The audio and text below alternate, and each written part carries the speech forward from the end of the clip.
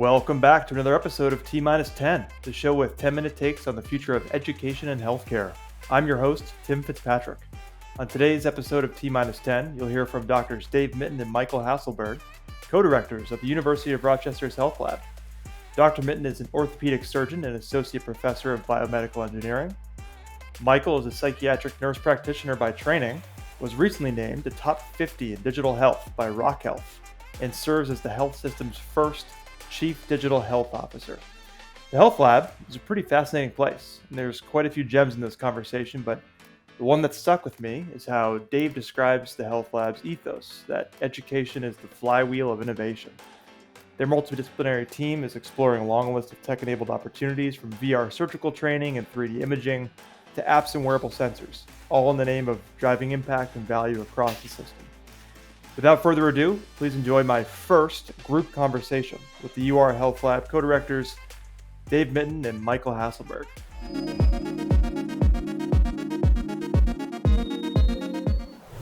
All right, I am excited. This is my first time doing a group talk. Michael, Dave, really good to have you on. Thank you for joining me on T-10. Thanks for having us, Tim. Yeah, Super excited. Great to be here, Tim. Awesome. Well, I want to make sure that we do this justice, and by that I mean we have a lot of ground to cover. So first thing first, I want to make sure we talk about Rochester, where the two of you work, kind of what your roles are, and kind of give people an idea of who you are. And it's been a while since we connected, and there's a ton that in the past you've told me about that you've worked on in the field of education. Innovation, how you think about professional development. But please, if you would, just kind of give us an idea, Dave, first, and then Michael, what you do, what you're in your day job up at Rochester. Yeah, well, the University of Rochester is this great place. And probably the thing we're most famous for is the biopsychosocial model of medicine. It came out from a guy named Engel, Dr. Engel, in the 70s, published in Science. And we're really famous for looking at the whole patient and looking, biologic, the psychological, and social, really looking at people as a meteorological event in a combination of those three.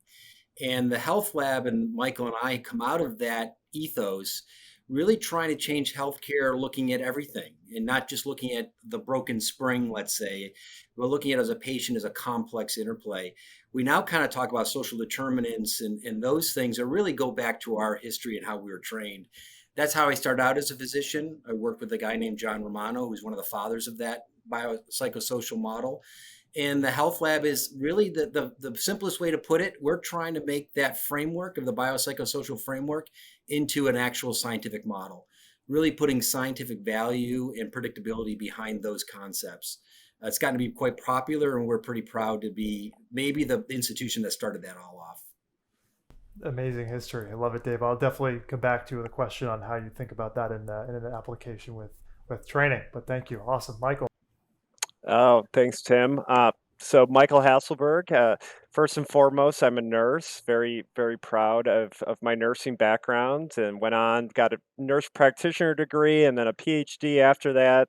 My claim to fame was developing a telemedicine program before telemedicine was a thing or cool, and kind of spread it across all of New York State, and got to a point where I couldn't grow it any further, and it had nothing to do with reimbursement or regs. I figured all that out. I just couldn't graduate psychiatrists fast enough to take on more patients and spoke sites. And then I got connected to this guy, Dave Mitten, and he just blew my mind. Here's this orthopedic surgeon who was starting an innovation group out of orthopedics, which ended up morphing into the Health Lab. And partnering with Dave, I started thinking about mobile apps and VR and AR applications and machine learning.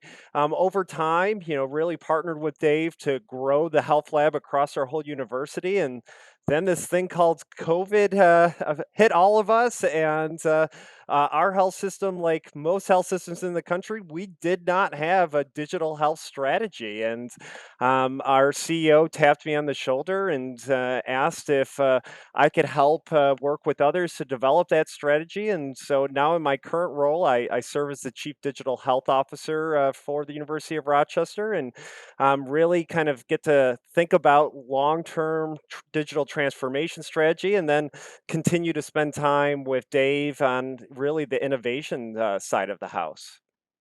Well, it must be a lot of fun, and I know that I definitely want to dive into the health lab and kind of where Dave, maybe a bit of your personality and your way of collecting skills over the years led to kind of the formation of how you think about multidisciplinary collaboration, generally speaking, as the health lab and kind of its ethos and mission. But maybe we can start with Dave, an example of where you, and I know you think about professional development within orthopedics. Maybe let's start to weave in where education, thinking about training, where are you seeing applications of having to think a little differently in those contexts?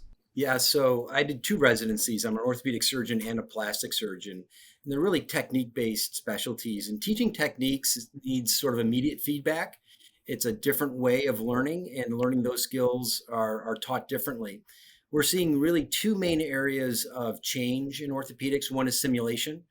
We have a lot of technical simulators with haptic feedback and the technology and using VR to train residents to develop that three-dimensional space ability, and also being able to disassociate where you're looking in your hand motion. And that has been a huge change, and that's given us sort of a new way to grade performance. We've really never had a way to grade how good of a surgeon you are. We can now do that, and that is completely changing the way we train our residents. We have a huge simulation lab. Most places do now. And now you're starting to see this idea of, well, once you reach competency with scoping a knee or doing a arthroscopy of a knee, how many more do you need to do in a residency? And maybe we should be more on a proficiency-based training schedule than a time-based schedule.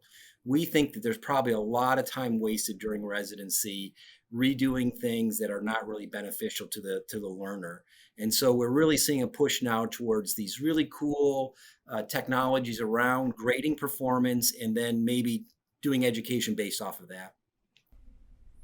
Amazing. And how has that adjusted? Are you kind of still in a stage of seeing where the data lie and pushing towards the proficiency side, or have you made any determinations on shortening or lengthening or diving in further in certain segments of the training piece, or how has the tech kind of enabled you to think about that? Tim, there's no question it needs to be shortened. We waste a lot of time. Residencies are far too long for most individuals, and it's an expensive process and is way too long. So I think we're really going to start seeing a push as we get the ability to sort of model performance and actually predict and understand how the residents learn.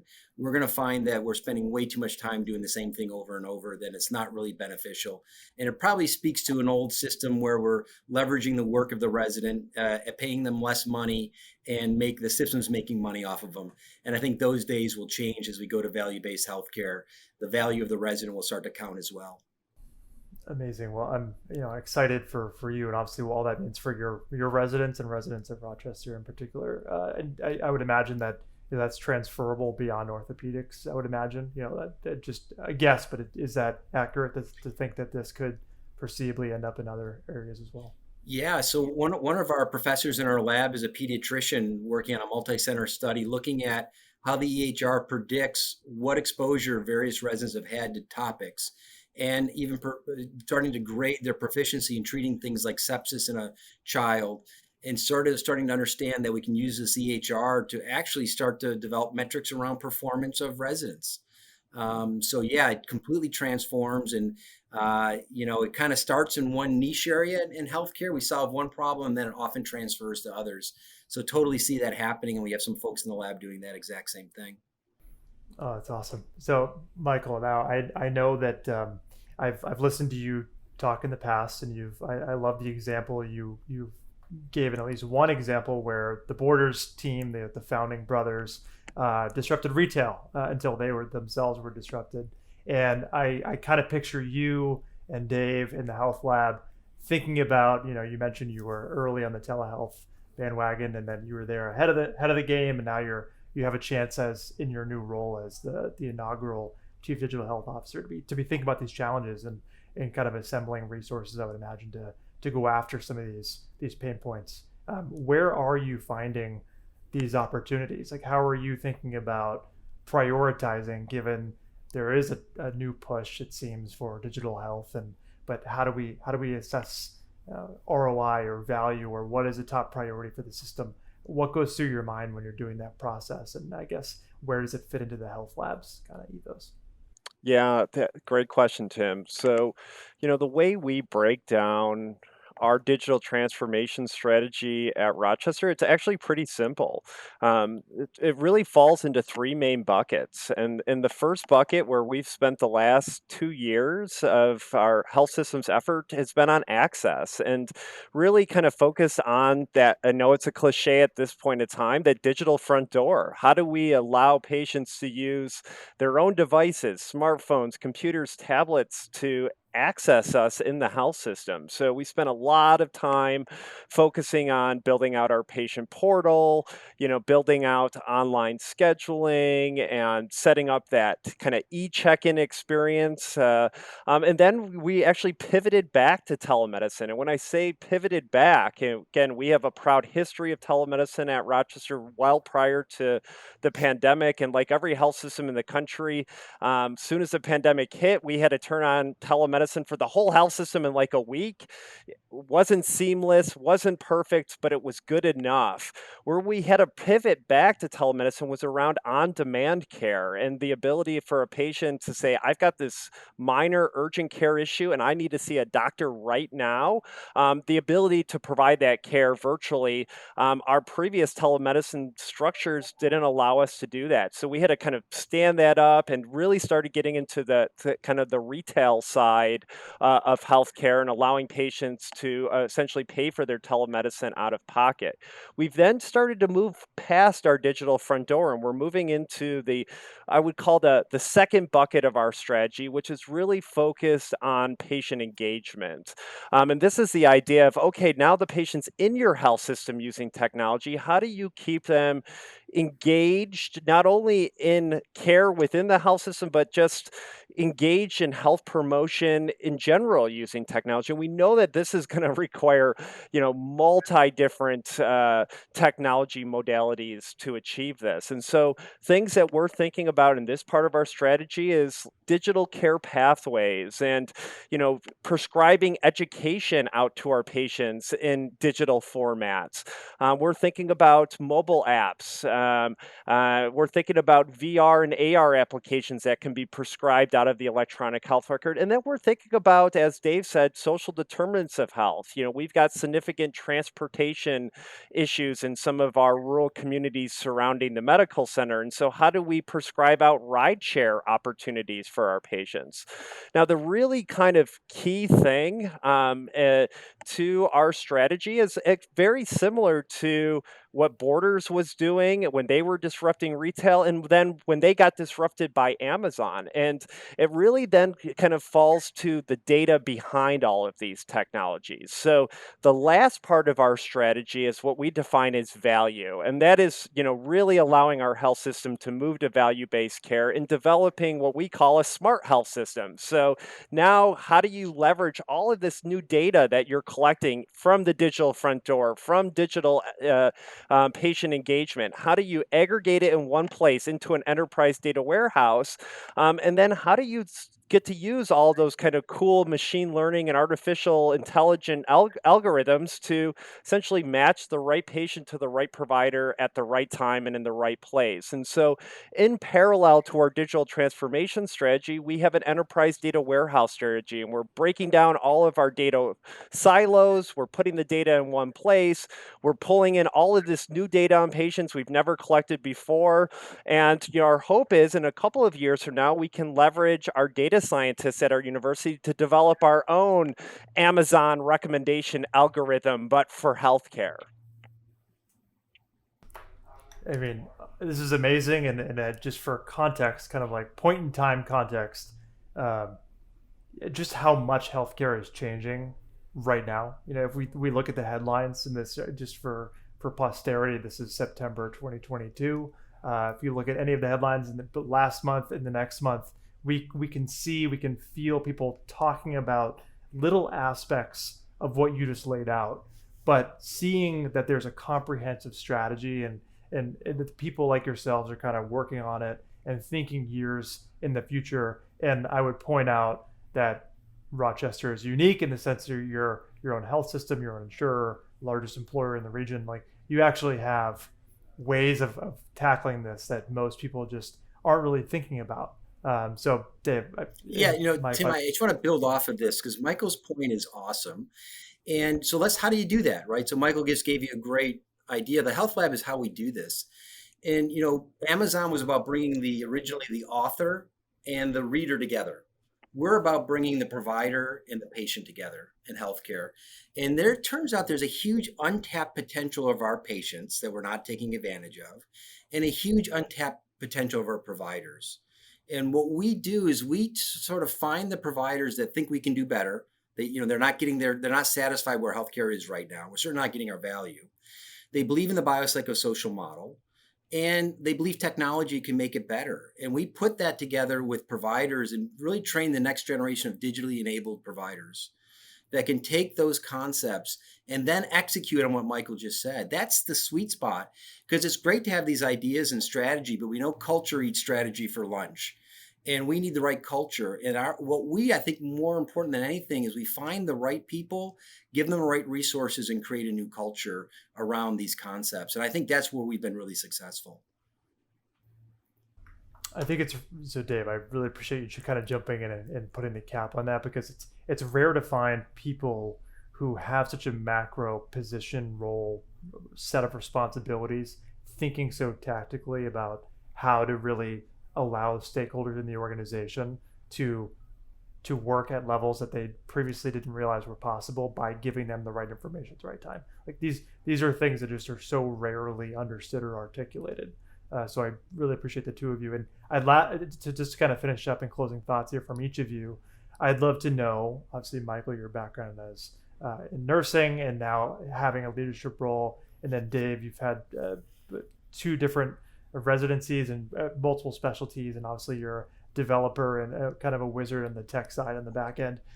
What are each of you, I'm curious, most excited about in terms of whether it's projects or areas or you listed a ton of opportunities, Michael, over the next several years.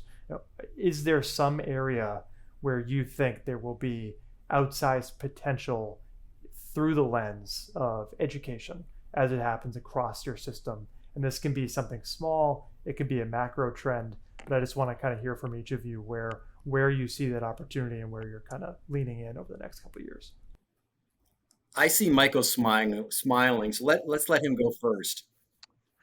Tim, one of the kind of unique things about Rochester compared to pretty much every other academic medical center left in the country is we, as a health system, are still attached to our parent universities. So what that means is our health system budget rolls up to our university's budget. So the downside of that is it takes a lot more effort on our health system side to achieve those 1 to 2% positive annual margins a year because a lot of our money in our health system is going over to support the college. The positive and what we look at as the differentiator is we get to leverage the expertise of our engineers, our computer scientists, our business school, our data science institute, and even our school of music. And we get to take this team approach to education and we get to partner all of those resources with our clinicians and then really again take kind of a design thinking approach to solving these difficult problems in healthcare. Like that is super cool and you can't find that really any place else in the country.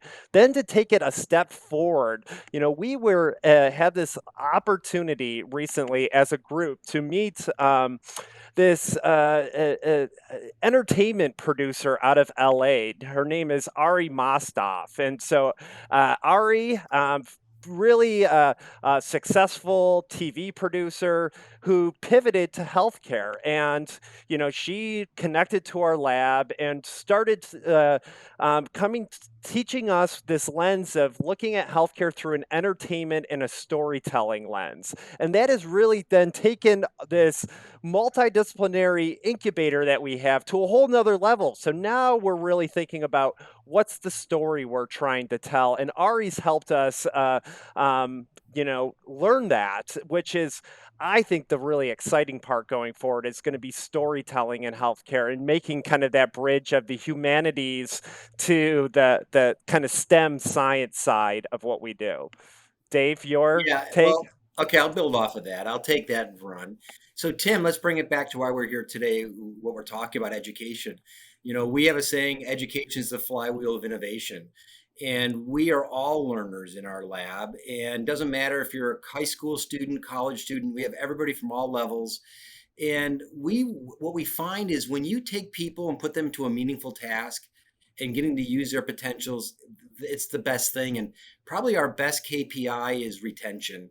There are many faculty that are still at the university because they get to work with us, learn new skills, and to get to do what they wanted to do and make healthcare better.